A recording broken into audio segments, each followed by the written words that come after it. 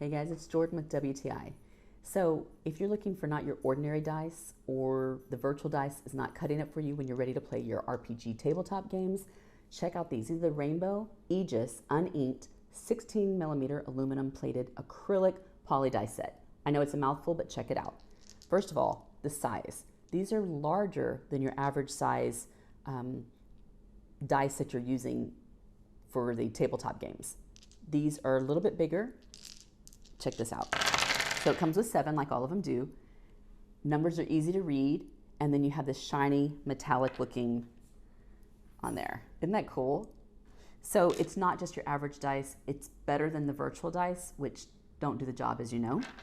These little guys are easy to use, easy to read, bigger size, and they make the game so much fun. So when you're ready to up your game, check it out, and that's my point of view.